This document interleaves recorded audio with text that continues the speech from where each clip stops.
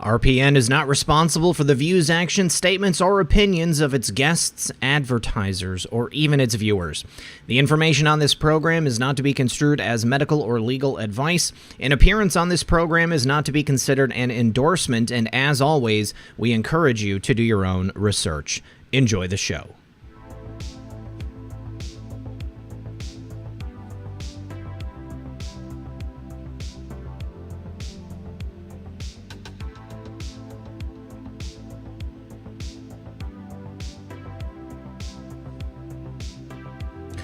Good evening, Patriots.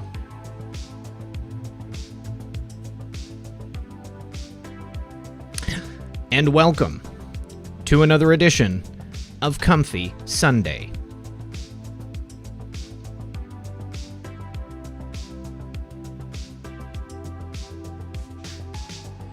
As always, I'm your host, RP, and joining me live in the studio, my good friend and co-host, M3.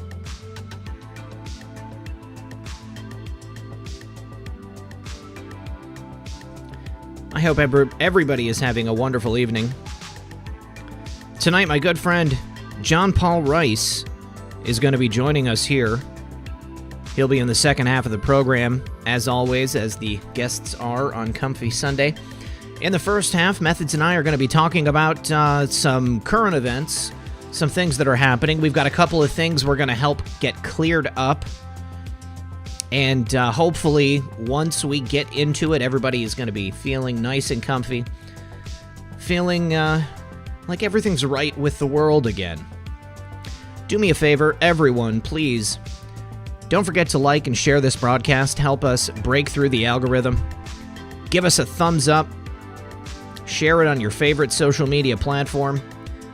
Hello to all of the mods. Love you guys. Thanks for keeping the chat comfy. Real Red Pill Girlfriend, love you, my love. Do me a favor, everyone sit back, relax, grab your popcorn, and we'll be right back after a brief word from our sponsor.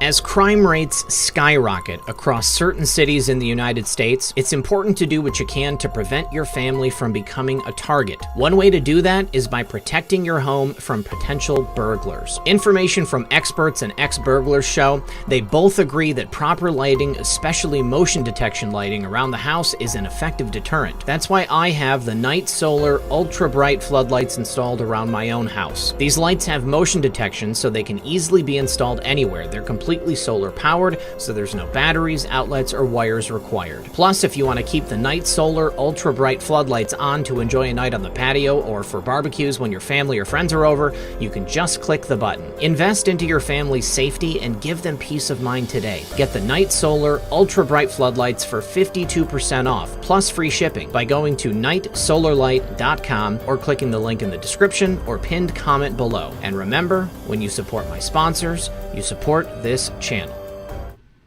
All right, everyone. Thank you so much for joining us. Once again, Methods, how are you doing this evening? What's up, buddy? Man, I'm doing good. Just trying to get used to seeing you without headphones on, right? I know, right? Frank in the chat just said, "You have ears? What's up?" I know. It feels strange, and I got to tell you, having these earbuds in is a little weird for me too. They're supposed to be like, you know, the way to go if you want to be a professional broadcaster, but they still feel a little weird. And Mavis Spillman said she's sick of all the doom and gloom. Well, Mavis, it's a good thing you tuned into our program because we generally try to give you good news and give you something to look forward to. There's all kinds of bad news out there in the world, but I feel like at least for Methods and I, we always try to give you a good spin, a positive spin on the way things are going. How is your day, though, Methods? I mean, do you guys do anything special today? Oh, it's been good. Well, Miss Methods has been at work all day, but I actually spent this afternoon watching A Child's Voice, who our guest tonight, John Paul Rice, he produced the movie, and fascinating, absolutely fascinating. I had heard about things about it, but once you really watch it, you're just like, wow. Yeah. Because it kind of puts things in context a little bit in an artistic way. But yeah, besides that, I've been good, been crazy last few days. With everything that went on with Friday, with the FBI lawyer that's going to plead guilty, and then the documentary that dropped, and then your shows over the weekend were great. Thank you. It's been crazy, a lot of fun. Yeah, well, we are going to be catching up on a couple of those subjects. Definitely the news that Kevin Kleinsmith has decided to plead guilty. It bodes very well for us. Kevin Kleinsmith wasn't a lone nut in this whole thing. I mean, he didn't just decide to go rogue. He was part of a culture that existed at the FBI and the DOJ, and his pleading guilty is going to implicate other people. We're going to be talking about all of that stuff. It is excellent news as far as I'm concerned. Things are looking really, really good. Now, before we get into the talk of that documentary, because I know people really want to talk about it, the Millie Weaver situation, I know there's a whole gamut of emotions that people are feeling as a result of it. But first, I wanted to talk about the Where We Go One, We Go All controversy. Now, Navy vet, he is a friend of the program. He's in the chat right now. He's an excellent digger. He figured out that someone had trademarked the term Where We Go One, We Go All. Now, he hypothesized because Teespring has recently started dropping accounts of people producing T-shirts that align with this movement, and he asked, and not implying or suggesting in an overt manner, but asking if perhaps this is happening because Where We Go One, We Go All has been trademarked. Now, if someone had wanted to trademark that term and then they wanted to go after people producing T-shirts with that term on it, then that would be within their legal right. I think a lot of people were very upset learning that this term that I personally feel it belongs to the movement. It doesn't belong to any one person, but a lot of people were justifiably upset because we had nothing to put it into context with. Nobody knew why. Nobody knew who this person was. Nobody knew, the reasons behind it. Well, in the course of that time, people discovered who she was. I'm not going to say her full name on here because I don't think it needs to be said, but, it's a girl. It's a girl named Jessica, okay? Now, what is good news is that even though we might have thought it was a bad thing, our good friend Jason, the Anon who helped carry that 107-year-old World War II veteran down the stairs at the Trump rally, he actually ran into her. He found her, and he was able to do an interview with her. Methods, you want to tell us what Jason found when he spoke with her?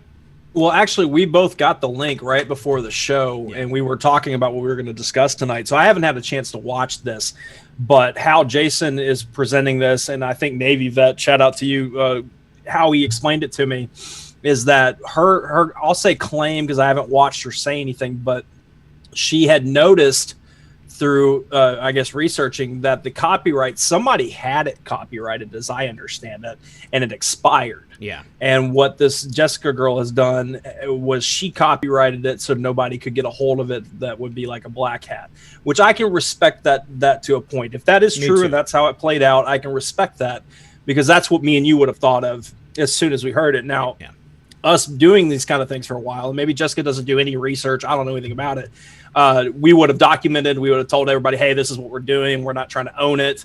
We're not going to go around suing people, but let's just go ahead and grab this. And we would film ourselves doing it basically. Sure. But that's not the case. And then unfortunately, it can be kind of a casualty of us, like this whole movement being really good researchers, is that they found who the person was. They found out all the information. And then some people, I guess, started to dogpile on her because of how it looked. And I can understand that, but, withholding judgment to a point and giving her a chance to give her side of the story. So Jason, who has been doing awesome interviews and stuff, I'm going to drop the link to his Facebook. One of the few times I will ever share a link to Facebook here in the chat. And you guys, after this show, can watch, I think it's about a 20-minute interview he did with her, and as it's being explained, was that she wasn't trying to be nefarious about it. She was trying to protect it.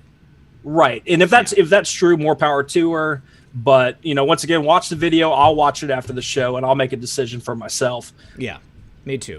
Now, the message and the lesson from all of this, I think that a vast number of us are on high alert, okay?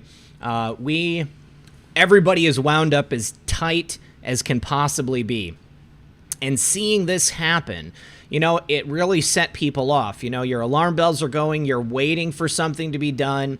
You're waiting, for the election. It's just around the corner, and you've got all these people attacking you all the time. And so people pounced. I think the lesson is that we need to reserve judgment until we get the sauce, okay? We've got to be able to, look into something, investigate it properly before making that judgment, reserving that judgment until we have the evidence. Because Jessica, if this is true, then she got dogpiled on unnecessarily. And this is not Navy vet's fault. Navy vet, I want to let you know, buddy, nobody is blaming you for this. I mean, you did good work, okay? If I had been out there and I, copyrighted this phrase, then, like Method said, I would have made a video and I would be like, hey, this is for the people of this movement, okay? And that's the reason I'm doing it. Everybody still has the okay to go ahead and use it. But even then, people still might have looked at me in a certain kind of way. They still might have been, justifiably cautious or not necessarily trusting me, even though, many people watch the show and I feel like they know my character. It's just the way of the world. It's the way people work. But in the end, I think that she is being totally genuine. It sure seems like that to me. I trust Jason, okay? I trust Jason, I trust his judgment. And if he believes that this is truly what's going on, then, I think it's a good thing. At least somebody who's a part of this movement has the ownership of that copyright. Think what would happen if CNN or the people at, like Knight Ridder Media, whoever it is, can you turn up the volume to bring it? Can I turn up your end volume? Okay, well, unfortunately, I don't think I can, but I can turn Methods down. I think maybe it's just the way that I'm talking into my mic, guys. Let me try that. Is that better? Is that better if I talk into my mic like that? Can somebody please let me know? And I can even turn up my gain just a little bit. We'll try that. Generally, this was the perfect microphone volume, and it was working before. So, Methods, why don't you give me a test volume, and we'll see if your microphone is in line with mine now. Mic check 1 2. Mic check 1 2. Dave in the chat is asking if Jessica is going to allow people to use the "Where We Go, When We Go All." I haven't watched the video of her explaining it, but as far as what I've gotten from it, there's not going to be any problems. But if anything develops, we'll definitely cover it on this channel. Well, before I saw the interview that Jason had done with her, I saw a post that she had put out on Facebook, and that's exactly what she said, was that she purchased it so that it could be used by everybody in this movement and that there wouldn't be anybody. Your volume is fine. Okay, great. So, I don't know. You never know whether it's my volume or if it's the person who is listening, if it's a problem with their listening equipment. But she made this this statement that she did it specifically so that people would be able to continue to use it and that CNN or some other media organization wouldn't be using it. And I tend to think that that's the reason. I have no reason to believe that she's anything but genuine in this situation. Well, and something we didn't talk about this before the show, but I'm thinking about things like copyright stuff. And that documentary is coming out on Pepe, the guy that created Pepe. It's supposed to come out, I think, next month.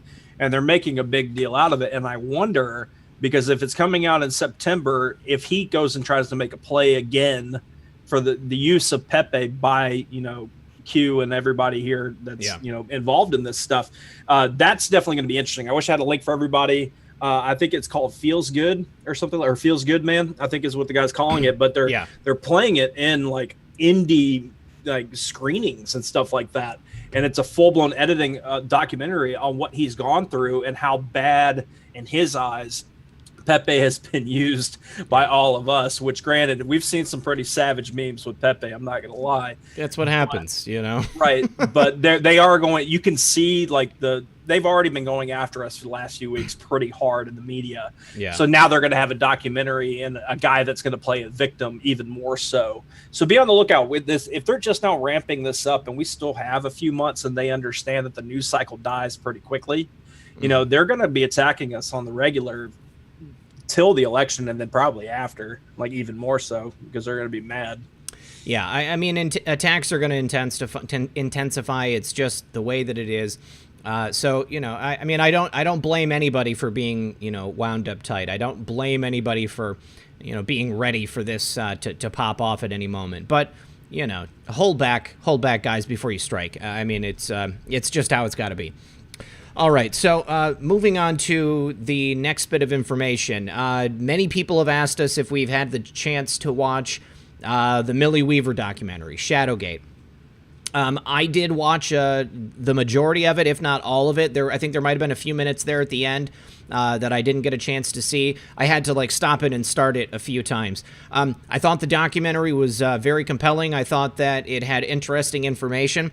I still feel like I need to verify the information in the documentary, and I know that a lot of people immediately it resonated with them. And I think it had a lot of good information in there. I mean, it dovetailed with the stories I've done on the Analysis Corporation, and obviously that's been something our favorite Anand has talked about. But you know what I'm interested in documenting is the people in the documentary. I mean, right now it's, as far as I can tell, and I don't mean this in any disrespectful way, but it's two people with some really great stories, but I haven't seen anything sauceable in terms of, you know, proof of employment or the positions they held. It's just something that I think we need to look into. Now, as far as Millie Weaver being arrested having something to do with the documentary, we don't have that line yet. We can't draw that line and say that conclusively that's the reason. Does it look likely? Well, certainly it does. I mean, there's not usually any coincidences in circumstances like this. But what we did find was a comment on a YouTube video, and it appeared to be from somebody claiming to be Millie Weaver's mother. Now, I can tell you this, the charges on Millie are burglary and domestic assault. Now, it was her and her boyfriend that were arrested, both on the same charges. Now, domestic assault, that's generally between people like in a family or in a home or something like that.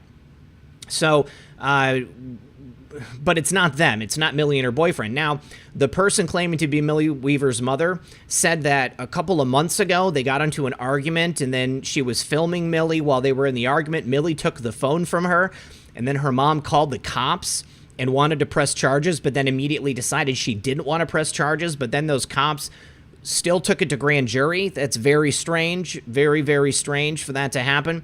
And she was concerned about the fact that they had done it like that. Now, this is another thing that we want to go ahead and, get some verification on. And that's really all I know. I mean, but other than that, I enjoyed watching the documentary. Definitely. I enjoyed watching the documentary. Right. I mean, it was well done. Yeah. I mean, it was definitely an intriguing documentary to watch. My situation was I was really paying attention to the FBI lawyer, Kleinsmith, and the guilty verdict and having fun on Twitter talking about that. And then I got bombarded. You know, shout out to you guys. You make sure that I see something when something happens. Mm-hmm. I maybe had 50, 75 replies, 5 or 6, maybe 10 DMs with the documentary. The Shadowgate for anybody who's just now tuning in. Yeah. And I was like, I don't have time to drop everything and watch a documentary. And then after about, when it started to get to where people were starting to make claims based off of it, like things tied, and I was like, what is this documentary about? So I flip over and I started watching it, and it had premiered. So I was maybe 20 or 30 minutes late into it, and I watched about a half hour.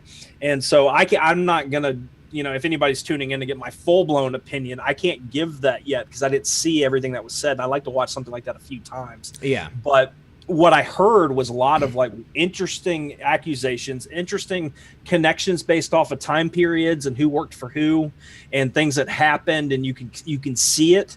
But just like how Red Pill said, I'd like to step back and think, because that's a big red pill. It's a very big red pill to swallow if we want to, accept it in its entirety. So maybe I'll watch it this week. But when I have people replying to me, and I'm not going to call out who, but somebody said, based off the Shadowgate documentary that I watched, the people behind Shadowgate are the ones controlling. I believe that they are the ones controlling AG Barr, and that's why he hasn't done anything yet. And I was like, that to me is taking it too far. That's when I ask myself, if the documentary is legit, then by all means, I respect anybody that puts out information and that time into it. all that work to make sure that it's right and handed, to where people want to watch it. If it's garbage, even part of it, if, the whole part true, part not true, putting things out there to kind of muddy the waters, then I'm already kind of seeing on my side where it's causing problems if it's not true. And that's why I especially tonight, I'm not going to make any bold statements about it. To me, it's just an interesting thing to watch. And if anything, it's something to dig on in my free time to see if I can connect some of those dots on my own with sauce and evidence and links, even more so. But I mean, so we're not shooting it down. We're not talking trash about anybody. It fell in the middle of the quote unquote not earth shattering development in Spygate, which we have been paying attention to for how long now? Yeah, right. So that's the thing. That's the thing. It kind of diverted all the attention away from Kevin Kleinsmith pleading guilty, which that's one of the things that bristles the hair on the back of my neck. Right. And I mean, and I don't know this Tory woman. I don't know her. I didn't really follow her much on Twitter, not paying attention to her, I guess. And that's not a shot at her either. It's somebody that I would like to dig into more too, to see if I can trust her. But if anything, I get I am also getting mixed reviews on some people don't trust it. Yeah. So as far as what I guess I'll speak on behalf of Red Pill here, we're not trying to sway anybody in either direction on any information. I mean, unless we catch things that are like, we catch them red-handed lying, we can sauce it and we're ready for the show. We'll tell you guys that and give us our opinions in that way. But I say watch it and decide for yourself, Yeah. But, it is suspect how Millie got arrested. The whole idea about it. A lot of people say she wasn't read her Miranda rights on the camera. Some people figured out that it was suspect that it happened during the time that she, was going to release this information. Do I believe that she was picked up because she was doing this documentary? Well, based off the documentary, I didn't see any illegal evidence released. So, I mean, I'm not too sure. So with that said, I'm going to quit rambling about it, but give us some time to look into it a little bit more. And if you guys have any good digs on the information that they released, by all means, forward it to us and it'll help us out. Yeah, definitely. I mean, I'm in the middle of doing a lot of stuff this weekend. So, I want to know everything about the people who are in it. I want to know as much as I can about the people who produced it. As much information as I can. Verifiable information in the documentary itself. Somebody earlier said, good grief, what is the sauce? It's evidence. Okay? If I can produce sauce, that means I'm producing evidence for the claims. Extraordinary claims require extraordinary proof. And that's it. In the meantime, I think everybody should go ahead and watch it and then, make up your own mind. It's that kind of thing. There's probably going to be a lot of conversation about it here in the coming weeks, and I'm certainly interested to know what happens with Millie Weaver, because that whole situation was very strange, very, very strange. Yes, what about Shadowgate? That's what we're talking about. We're talking about Shadowgate right now. Okay. So the next bit of information, guys, unfortunately, President Trump's brother, Robert Trump, has passed away. Now, he had been sick in recent weeks and months. I know that he was in the hospital previously. He got out of the hospital. Then he went back. President Trump was asked about his health the other day, and he didn't really have much to say about it, only that he wasn't doing very well. Excuse me. And then he hoped that he was going to, be getting better. Well, unfortunately, he actually did pass away. Now, I've heard some mixed things. One of the things that people have been saying is that he did die from CV-19. But, of course, I haven't seen a death certificate or anything like that. And President Trump hasn't made a statement himself. But one of the things that did come out, President Trump wrote a statement. He called his brother his best friend. I'm about to cry. And he said, Robert, I love you. Rest in peace. And you know how Twitter, the left on Twitter responded? Hashtag wrong Trump. Hashtag wrong Trump. Indicating that they believe President Trump should have been the one to pass away, not his brother. And can you imagine being President Trump? Going on Twitter, first of all, President Trump is a tough guy. All right. He's not going to let these people break him. But President Trump is a fixture on Twitter. And so he goes on Twitter in the wake of his brother passing away, and he sees wrong Trump trending all over Twitter. These people sharing it and gleefully talking about the death of his brother. It was totally disgusting and dehumanizing. Right, and Christine in Texas says Twitter is a total cesspool. I've said that a few times on this channel. Yeah, I agree. If you want to find the most like extreme statement about any topic, you could find it on Twitter if you really look. And if people agree with it, or at least want to support the fact that somebody took it that far, because everybody's trying to outdo each other to it. Not everybody, but you get my point. It happens a lot on social media. Mm-hmm. Then you're going to find it. And in Trump's brother passing away and not even having, the morality to step back and say, all right, I'm going to leave this one alone. Mm-hmm. I'll talk about Orange Man bad in a different way. But I mean, we've watched them talk bad about his wife and all that stuff. Barron, they can't leave alone. I see him trending every few months, and that blows my mind. Yeah. Even anybody out there in the chat that follows, 8kun or 8chan even before, like memes about Barron to a degree, using him is even frowned upon by Anons, on there, because it's just like, leave the kid alone. Yeah. So am I surprised? No, but the fact that they took it as far as they did to where it was trending, and then I saw some of the screen caps, it's disgusting. You're staring evil. You're at least staring at evil thoughts, of people who have no problem clicking send because they're on their couch at home, probably at their parents' home.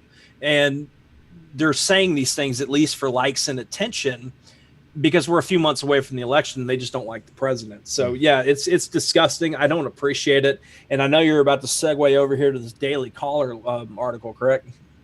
Yes. The next one is talking about the way that the press handled it. The left on Twitter, they behaved in a deplorable manner, but it got even worse when you go to the Washington Post. The Daily Caller did a write-up comparing the obituaries that the Washington Post did for al-Baghdadi and then for John Trump and Robert Trump. And they found that they wrote a far more favorable obituary for the leader of a terrorist organization than they did for the brother of the sitting U.S. president. It's pretty disgusting. So go ahead. No, I was just going to read it off for you. So the one about al-Baghdadi, I know a lot of people probably remember that they called him austere religious scholar at helm of Islamic State. Yep. That's how they said it. And of course they fixed it later because they were called out on it. But that was what they showed up with, first. Well, this is the one that they did for Robert Trump. Robert Trump, younger brother of President Trump, who filed lawsuit against niece, dies at 71. That's to them, because you have to think this is their epitaph that they're attaching to the name of someone who passed away. It's what they want you to remember it as. And they can't even hold back on throwing shade. Now, that's not as bad as wrong Trump, but still, you're supposed to just report the news. They could have just left it, Robert Trump, younger brother of President Trump, dies at 71, and leave it at that. Write yourself a 4-line article just to say you did it, put it out there for clicks, and leave it alone. The idea that they have no problem praising, a terrorist leader, no less. And then it's the brother that everybody, the worst thing that I've seen about Robert Trump was that poor LARP account that kept using him on Twitter. Yeah. To do that, it's disgusting. Now that's probably a newer draft. I imagine they wanted to say a little bit, even worse, but that to me is like, you can't even leave alone a death, right? They have to inject opinion into everything that they do. At this point, I feel like we shouldn't even call them, we call them the mainstream media, but they're certainly not news, okay? It's all opinion pieces. Everything that they put out, it's injected with invective and hatred, vitriol for the president, and they have to go so far as to even do the same in an obituary. Whereas clearly with anybody else's obituary, they would reflect on the life of the person who had passed away. Maybe talk a little bit about their career. He wasn't like a super public person. His only crime was being the brother of the president. They did it to hurt the president. That's all. That's the only thing. I agree with you on that. And Juju brings up a good point in the chat. What about the adoration that they had for George Floyd? They had no problem praising him and I know it's a tragic situation. I'm not trying to, dig that hole right now, but they had no problem praising him when those flaws that he had in his personal life were so public, but they went that far because of what was going on, because of the meaning of it. Well, what about the meaning of him being the president's brother? And the president is going to be in mourning, and he's going to have to see these articles cross his desk if he wants to keep up with what they're saying about it. So, yeah, I agree with you. It is tragic for sure. So, how about this? Press F in the chat for Robert Trump. Fallen soldier. He's the brother. He's who hung out with the president, growing up. And as Trump, I guess he was quoted saying that he was his best friend. Yep. So press F in the chat for Robert Trump. All right. So moving on from positive relationships, the good relationship that President Trump had with his brother, we have to look at the relationship between former President Barack Obama and current presidential frontrunner for the Democratic ticket, Joe Biden. Now, apparently, Barack Obama was quoted by an inside source, so you got to take it with a grain of salt. You got to, appreciate it as rumor, because that's all we can say it is. But apparently, Barack said, "Don't underestimate the ability of Joe to F things up." And this is not the first time that we've heard Barack kind of characterize Joe in this manner. I think that it goes, gives a lot of credence when you look at the fact that Barack still, it does not want to openly endorse Joe Biden for the Democratic ticket. I mean, he doesn't want to say, vote for Joe Biden. Because if Joe Biden doesn't win, then it will reflect poorly on him. He doesn't really want you to vote for Joe Biden at all. I mean, he just doesn't want you to vote for Donald Trump, and I think that's about as close as he's going to get to the real endorsement. Yeah, why did it take him so long to endorse him when he picked him for vice president? Well, that to me speaks that he picked Biden to be his VP because he was the best useful idiot for the agenda. He agreed to things. He had no problem with the kickbacks that happened. And you say, all right, Biden, I'm going to give you full backdoor access to using Ukraine for money, whatever you need to do. And then I'm also going to let you do the same thing with China. We're going to have your son do it. So it's kind of off the books here, because they had the report come out that Hunter Biden had traveled around, over 100 times with Secret Service, to all these different countries and things going on. But he didn't get any work done from what we can tell. So all I'm getting is that Biden was allowed to do a lot of things that would essentially be a payoff. And he obviously loved the limelight back when he had the light on upstairs. But we have this thing now to where they had to follow through and say, all right, Biden's the one we got to go through. We got to protect him through these investigations. Hopefully people will back him up because it might be reminiscent of the Obama Biden era because it's got the name involved. And then, Obama had to wait till the last minute to endorse him. But that article, and can you drop that in the chat? I don't have it in front of me. I thought I did. Yeah, I got it for you. I think it's a Zero Hedge article. They point out a lot of things that have been said about Biden in the past, about people that were like, I don't really trust him. And if anybody had saw that Kasich link that was dropped by Team Trump, talking about how Biden told him that he was a good golfer, but he watched him golf and he wasn't a good golfer. He lied about that just like he lies about everything else. There hasn't been the greatest opinion about Biden unless everybody's profiting off of it. Yeah, nobody really likes Joe Biden. Everybody looks at Joe Biden and they know exactly what he is. He's a sad, tired old man who has never been particularly good at what he does. He's always been a useful idiot.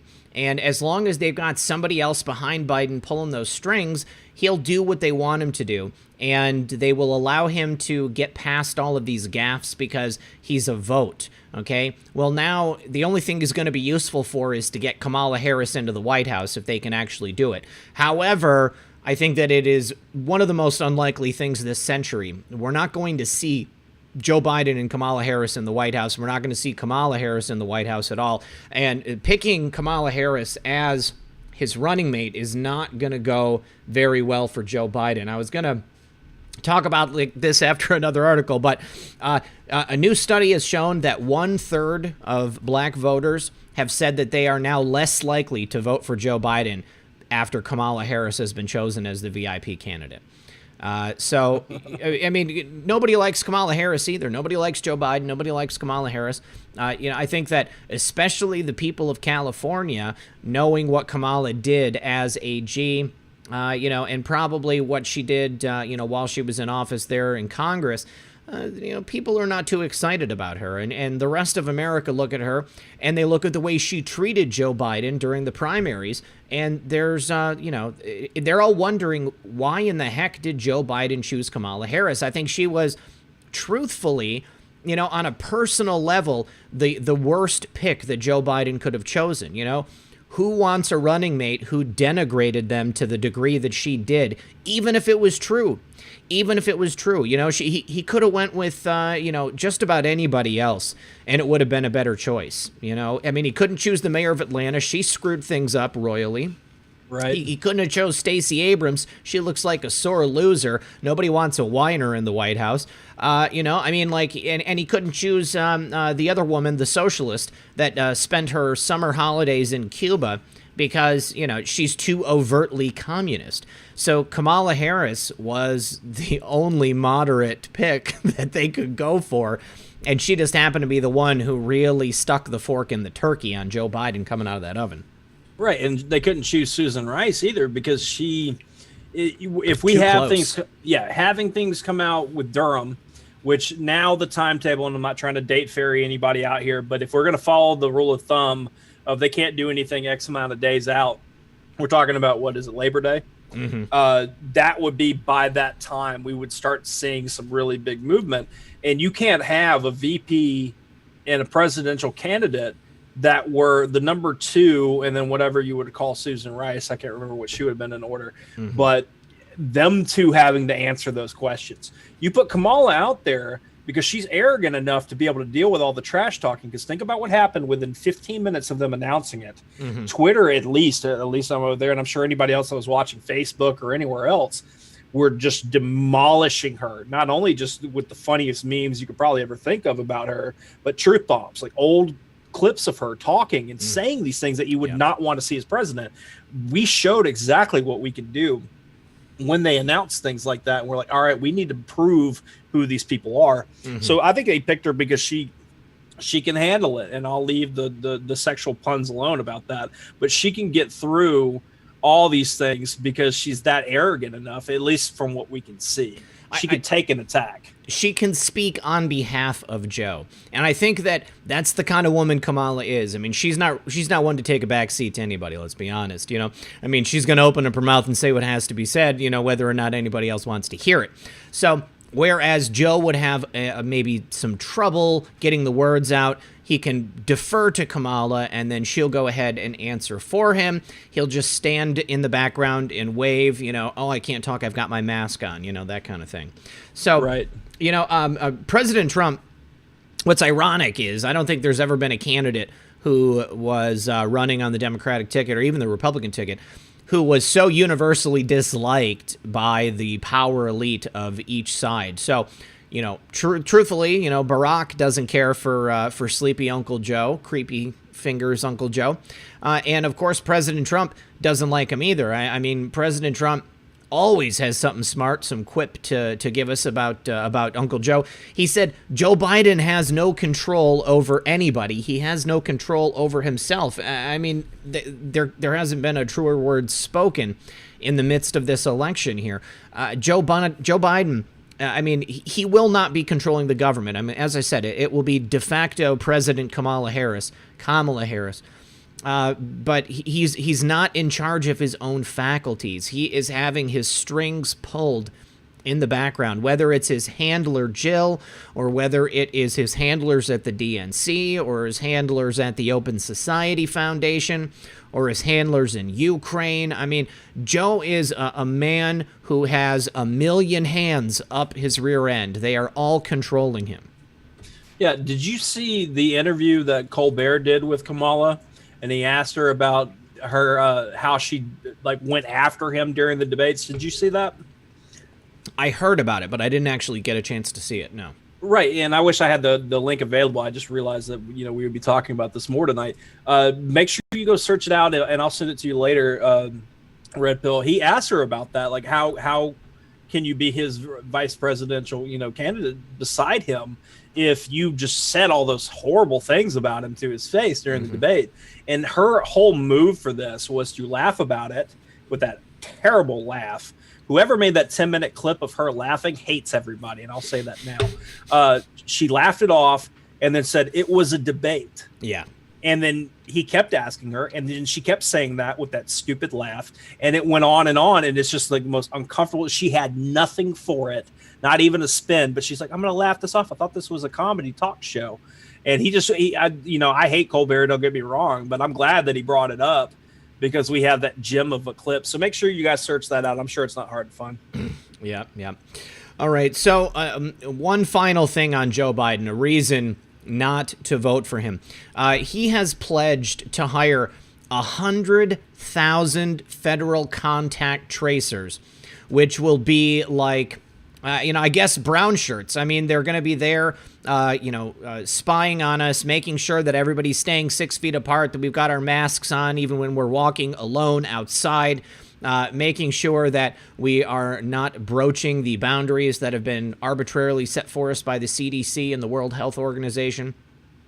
100,000 federal contact tracers to spy on us. I heard that in certain states, they're hiring people who are out of work as a result of this CV-19 pandemic, and they're placing them at entrances to places. So you go to a public park or something like that, and they're going to get your name, and they're going to get your phone number, and they're going to keep tabs on you, because that way, if one of those people that goes to that park on that day ends up coming down with it at some point down the line later on, then they're going to reach out and contact all of those people and force them to get tested.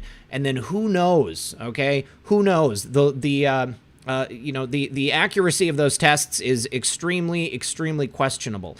But all I can tell you is that you're going to have hundreds of thousands of new people out there getting paid simply to keep tabs on you and what you're doing. And if you don't believe that they're going to take that information and use it for other nefarious purposes, then you got another think coming. I mean, this is just going to be another layer to the U.S. intelligence spying apparatus. Right. And Thomas Green, I really don't think that those 100,000 people will be showing up and sniffing everybody, but that's hilarious. I'll give you that. But no, you're right. Because, I mean, if you've got somebody at the wheel like a Biden, whoever pulls his strings, they'd be allowed to get away with things even more with the tainted test, to where everybody would then be testing positive. Because if you have control of people based on numbers, which is what we've been fighting this entire time with dead, people dying from motorcycle accidents, and they said they died from the Rona. Mm-hmm. That's a narrative control that's dangerously sketchy. Because if they can do those things and lock people down and then justify tracing everybody, then there's your complete, big brother spy all the time. And I know that we fight that on different fronts, whether they be iPhones, any of those conversations that we could do another time. But if they're going to be able to go around and do that with Democrats running these things, especially these Democrats, mm-hmm. then any of your freedoms and privacy are going to be out the window more so than they are now, just in the society we live in. Yeah. Baby Love 78 in the chat wanted to know if I got her bonus for joining Cash App.